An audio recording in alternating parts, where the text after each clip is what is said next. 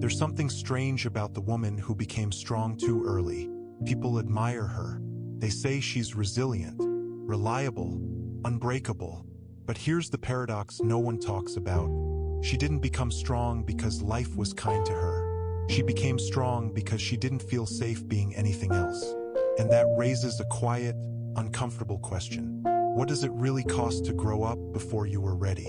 You know this story, even if no one ever told it to you directly, because you're living it. You're the one who learned, very young, how to stay composed while everything inside you felt loud. You figured out how to read the room before you learned how to read yourself, how to anticipate moods, how to soften your needs, how to carry responsibility that was never meant to sit on a child's shoulders. You didn't call it strength back then. You called it survival. Here's the thing most people miss. When a child has to become the strong one, it's usually not because she's naturally tougher than others. It's because her environment quietly teaches her that vulnerability is inconvenient or unsafe. Maybe no one said it out loud, but you felt it. When emotions were ignored, when comfort didn't arrive, when you realized that being calm, helpful, and mature earned you peace while needing things did not. So you adapted. Psychology has a name for this. It often begins with attachment patterns formed early in life. When caregivers are emotionally unavailable, unpredictable, or overwhelmed, a child learns a powerful lesson. Don't ask. Don't feel too much. Handle it yourself. And you did. You became observant, self-reliant, exceptionally capable, the kind of girl adults praised for being wise beyond her years. But here's what no one warned you about. That same strength that kept you safe back then doesn't always know how to rest now. And this is where the story really begins. You don't notice it at first, because on the surface, everything looks fine. You function, you show up, you handle things most people quietly fall apart over. But here's the thing, your strength isn't loud. It's tight. It lives in your jaw when you clench it without realizing, in your shoulders that never fully drop, in the way your nervous system stays slightly braced, even during calm moments. This is where it gets complex. Psychology tells us that when a child grows up in an environment where emotional attunement is inconsistent, the body adapts before the mind ever understands. Your nervous system learns to stay alert, to scan for danger, to predict what others need before they ask. Not because you're anxious by nature, but because being prepared once kept you safe. So now, as an adult, you're incredibly competent. You're the one people rely on, the one who handles it, the one who doesn't fall apart in public. And people mistake this for emotional stability. But here's what's really happening beneath the surface. Your strength is often a form of control. Not controlling others, but controlling yourself. You regulate everything. Your tone, your reactions, your tears. Silence, for you, isn't emptiness. It's protection. And maybe you've noticed this strange contradiction. You crave rest, but don't know how to let go. You long for support, but feel uncomfortable receiving it. You want closeness, but something in you stays guarded, just in case. This isn't a flaw, it's a pattern. Attachment theory explains this beautifully. When early emotional needs go unmet, many women develop what looks like independence, but is actually self-containment. You become your own comfort, your own regulator, your own safe place. And while that made you strong, it also taught you to carry everything alone. You don't ask, not because you don't need help, but because somewhere deep inside you learned not to expect it. And that lesson stays with you longer than anyone realizes. And here's what's fascinating. The strength doesn't just live in your thoughts. It lives in your body. Your nervous system remembers what your mind barely recalls. Neuroscience shows that early emotional experiences shape how the brain wires itself for connection and safety. When you had to grow up too fast, your brain learned efficiency over ease, hyper-awareness over softness. Mirror neurons, those cells that help us feel seen and understood, were busy working overtime. You learned to read micro-expressions, shifts in tone, silences that spoke louder than words. You became emotionally fluent before you were emotionally protected. And this is where it gets interesting. That sensitivity, that deep awareness, becomes one of your greatest strengths later in life. You're intuitive, empathic. You sense what others feel before they say a word. But here's the paradox. The same skill that helps you understand everyone else often disconnects you from yourself, because you learned early that other people's emotions mattered more than yours, that harmony was safer than honesty, that staying composed kept things from falling apart. So you internalized a quiet rule: I'll feel later, but later never really comes. Instead, emotions get stored, not as memories but as tension, as fatigue you can't explain, as a heaviness that appears when everything is finally still. Psychologists call this emotional suppression, but that word doesn't fully capture it. This isn't pushing feelings away. This is postponing them indefinitely. You tell yourself you're fine. You've always been fine, and you almost believe it, until one day a small thing cracks the surface. Comment, a disappointment, a moment of being overlooked, and suddenly the reaction feels bigger than the moment. But here's the truth. It's not about now. It's about then. It's about all the feelings you had to swallow to survive. All the times you needed comfort and became the comfort instead. You didn't lose your softness. You protected it. And understanding that changes everything. But here's the thing most people never connect. Becoming strong too early doesn't just shape how you feel. It shapes how you love. You may notice this pattern in your relationships. You're the steady one, the listener, the emotional anchor. You attract people who need support, people who lean, people who feel safe falling apart around you because you rarely do. And this is where it gets complex. Attachment research shows that when a child learns to self-soothe too soon, closeness can feel both comforting and threatening at the same time. You want intimacy, but true dependence? That feels unfamiliar, even risky. So you offer care generously, but hesitate to receive it. You show up fully for others, but edit yourself just enough to stay in control.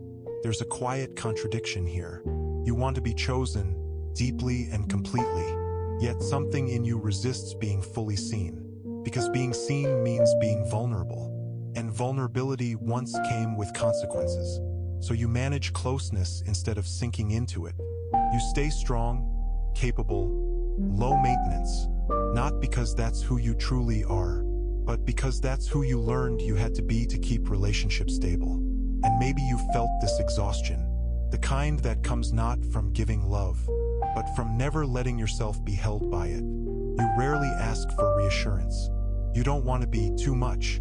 You pride yourself on independence, even when it costs you connection. Here's what's really happening. Your nervous system is still doing what it learned long ago, maintaining safety through self-reliance. This doesn't mean you're broken in love. It means you learned love through responsibility, not reciprocity. And that's a heavy way to learn it. But awareness changes the pattern. Because once you see that your strength is a strategy, not your identity, you begin to loosen its grip. And that's where something new becomes possible. And then there's the part no one prepares you for. The long-term cost of being strong for too long. At some point, the strategy stops working.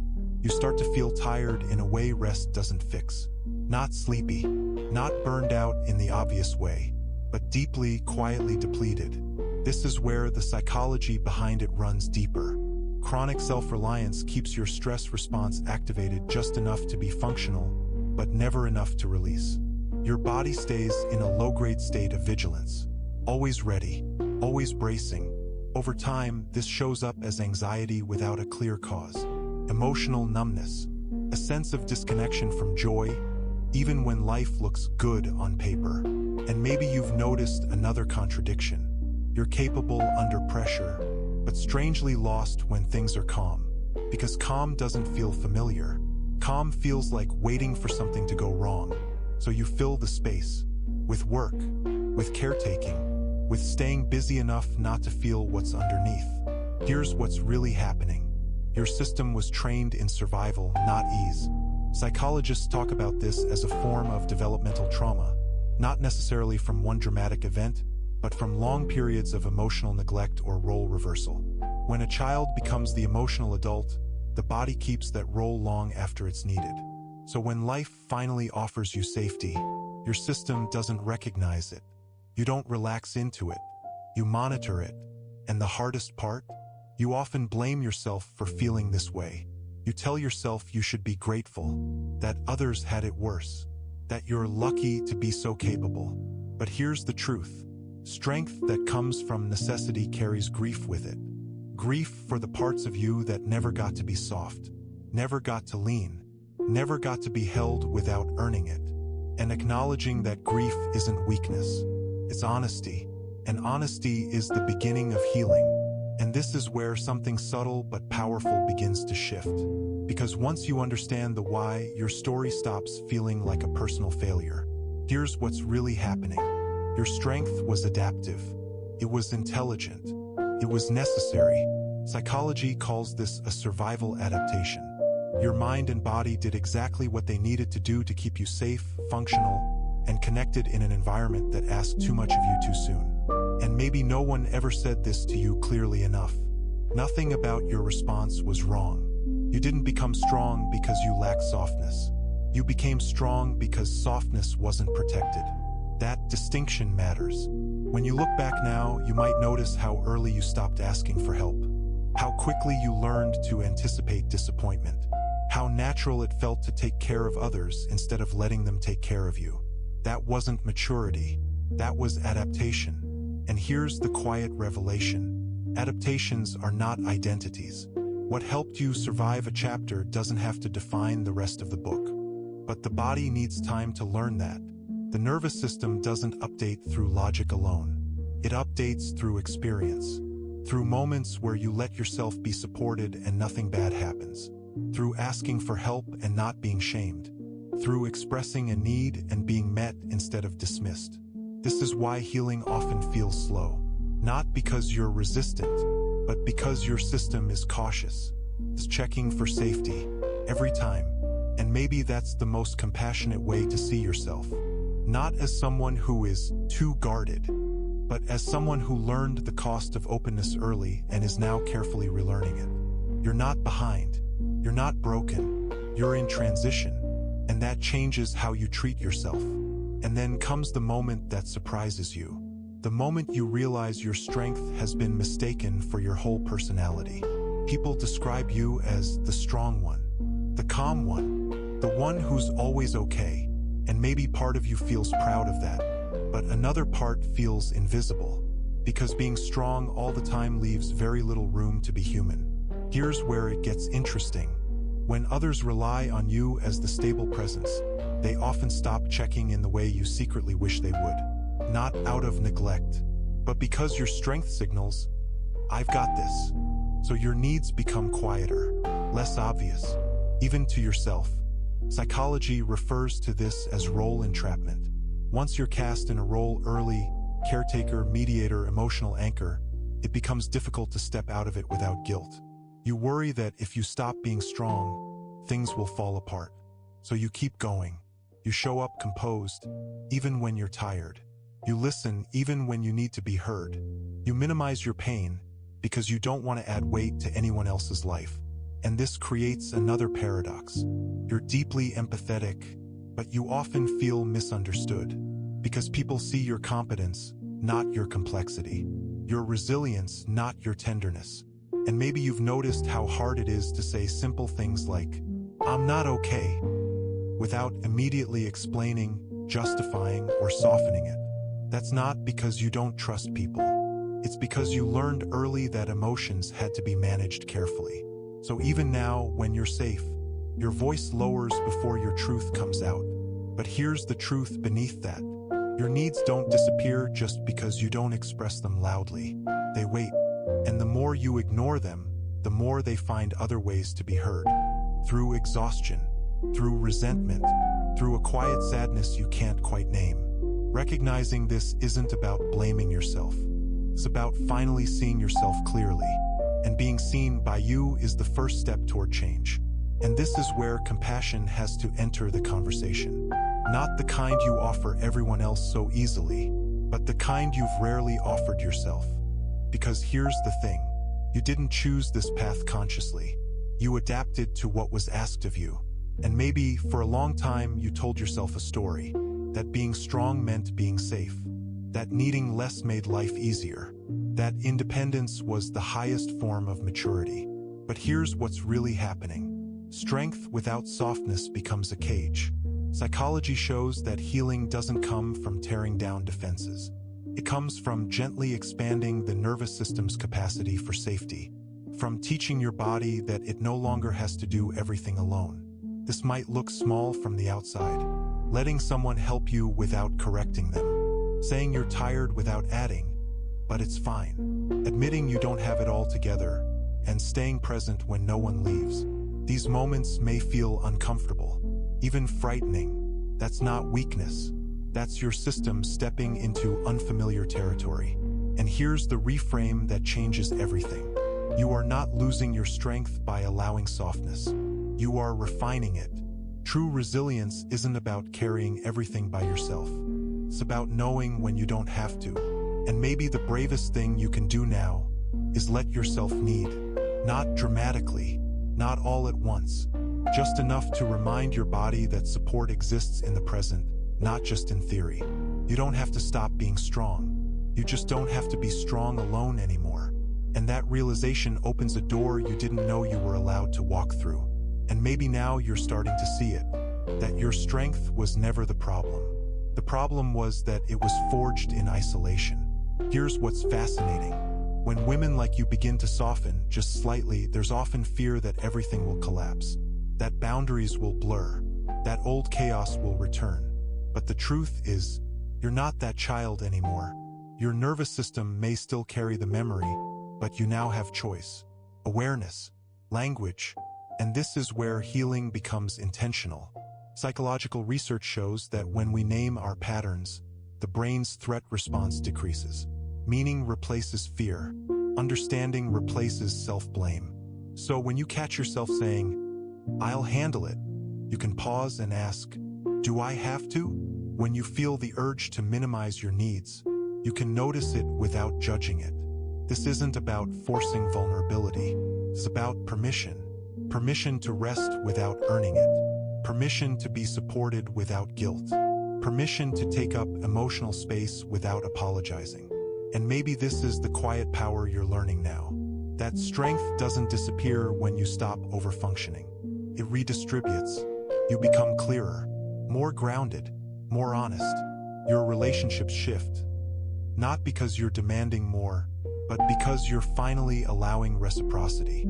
Some people may struggle with this new version of you, not because you're wrong, but because the role you played kept things comfortable for them. That's not your burden to carry. Growth always changes the dynamics, and that doesn't make it dangerous. It makes it real. You are allowed to evolve beyond the version of you that survived. And that might be the most powerful thing you've ever done.